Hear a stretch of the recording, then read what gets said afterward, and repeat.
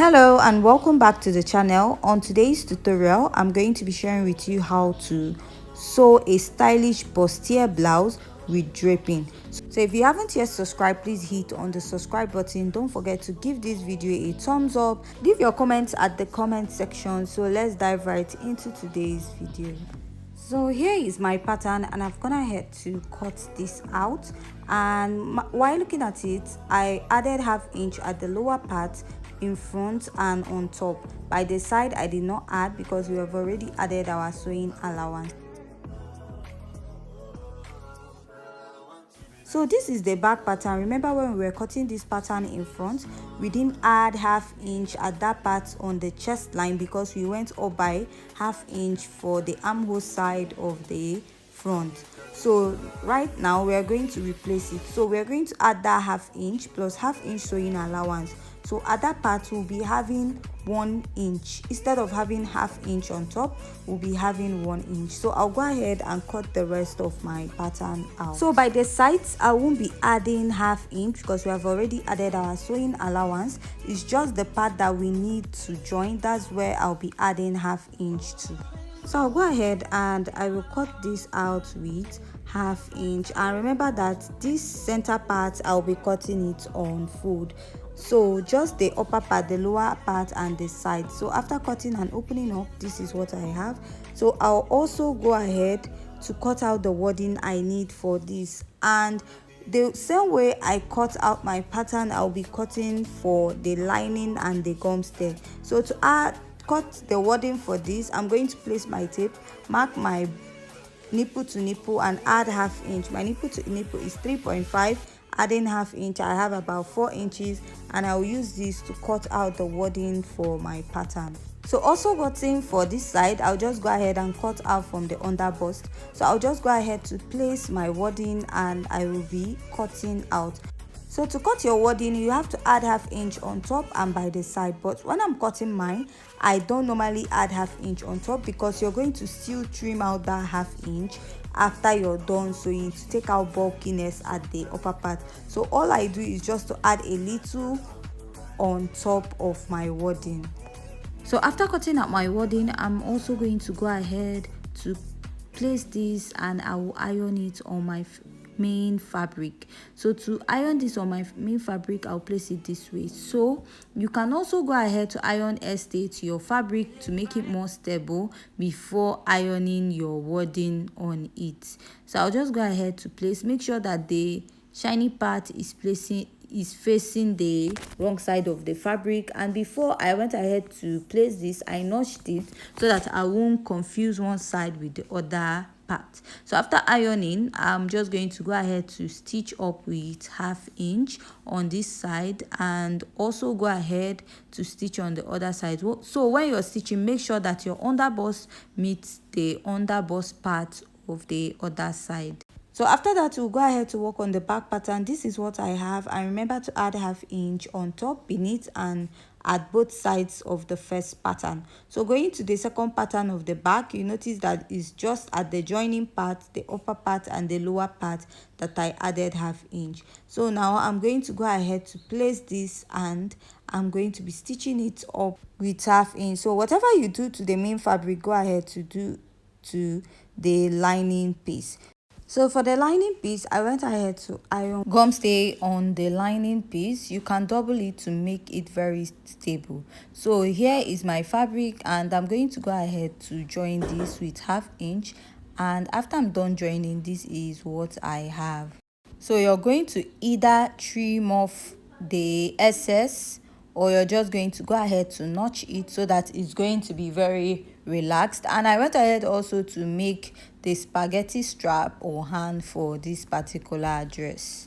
So after I'm done notching, I'm going to go ahead to attach the straps to it. So you want to place this immediately your nipple to nipple point, that is where you joined your dress. So for this, I went ahead to measure about 16 inches. So to get yours is your chest line. So my chest line is 7 inches. I multiplied it by 2 and I have 14 inches. I added extra 2 inches to it because of ½ inch for joining allowance on both sides. That will give me 1 inch, and then extra 1 inch just in case I have shortage. So I'm just going to pin it at that point and I'll stitch on it.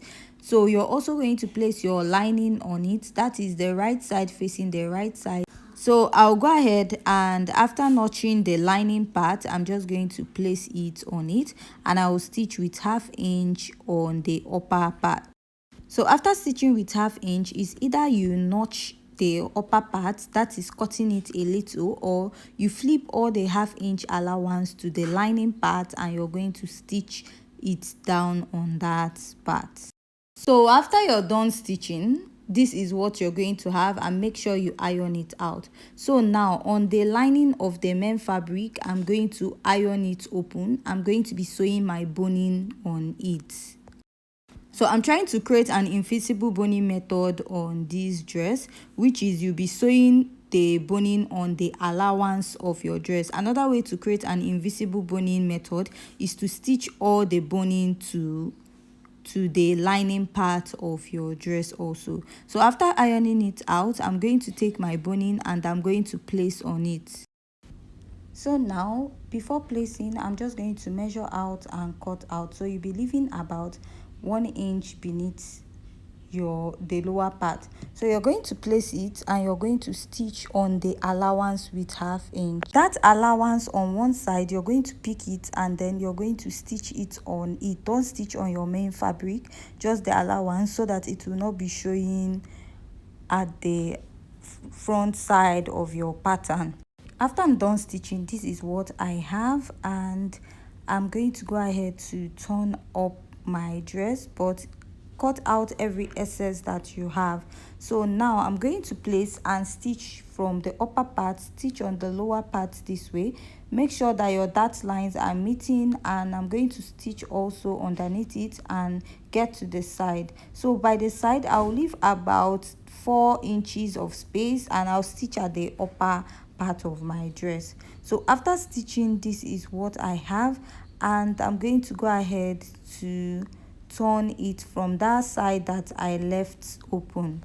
So before you go ahead and turn, go ahead to notch the lower part and the sides so that it's going to relax very well.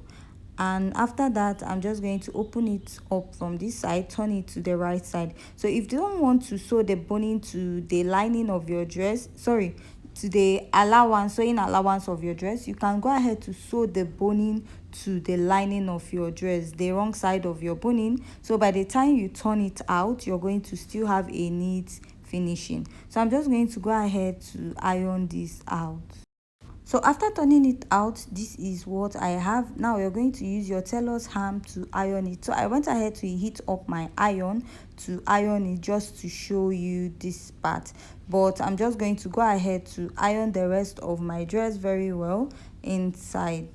So after ironing, you notice that the boning is not showing on the right part, and this is the back pattern that I have gone ahead to join with 1/2 inch, and this is the lining part. So you're going to place the lining on it this way, and you're going to stitch on the upper part of the dress first, then go ahead to stitch on the both sides of your pattern. So after stitching, this is what I have. So I'll go ahead and I'll mark 1/2 inch interval. So I'll mark 1/2 inch first for boning channel, mark 1/2 inch for eyelet, and I'll mark 1/2 inch for another boning channel. So I'll continue marking this and I will follow that line and I will sew on it to create the boning channel, the eyelet part, and another boning channel. So you can create another boning channel at the center of your pattern if you so desire.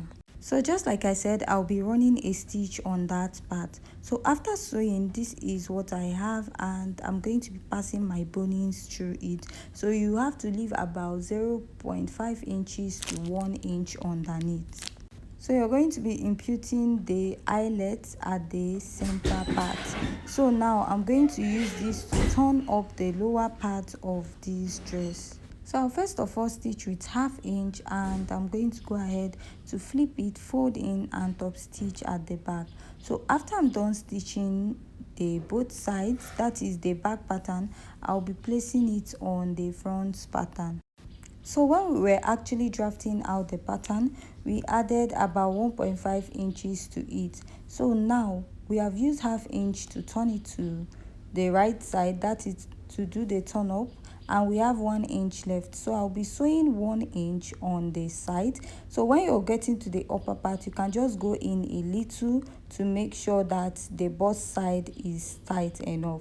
I'll repeat the same process at the other side of this dress. So after shaping, this is what I have, and the next step is to go ahead to drape on it. So after stitching the allowance, I'll push it back to the back side and I'll top stitch at the back.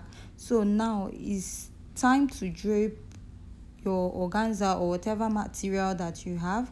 So now this is 1 inch, and I will go ahead to stitch on the other side and turn it to the right side. So after turning it, I'm going to go ahead to pleat and make sure that the wrong side that you stitch is inside. So to drape this very well, you can drape it on your mannequin or on your client's body, but because we are making this tutorial, I'll be draping it directly on these bodies, and I'll go ahead to fit it later to know if it fits well.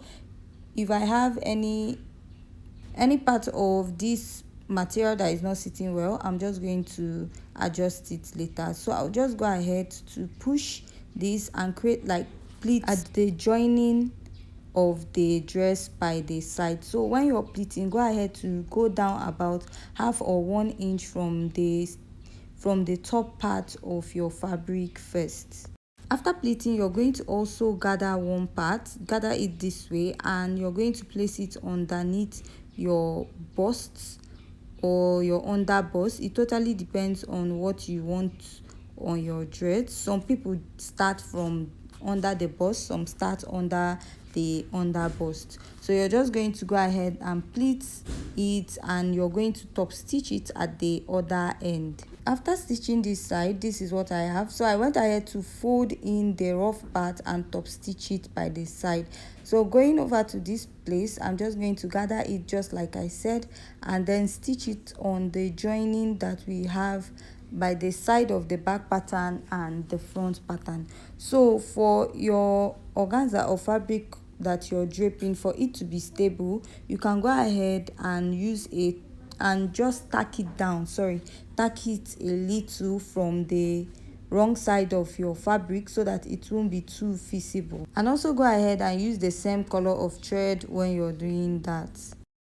So go ahead and stitch it by the side, and then you're going to measure the required amount and you're going to stitch it at the other side of your dress. So after I'm done stitching down, this is what I have, and I went ahead to fit it also. So on this part, you can go ahead to top stitch it a little, like hand tack it from the back so that it's going to stick to the under bust. So after doing this, I went ahead to just add little flat bottom beads on it. So I had no time to start beading the dress, so I placed flat bottom bead on it with my uhu gum. So this is the final result of the dress. You can go ahead and bead the bust side just like we have on the thumbnail.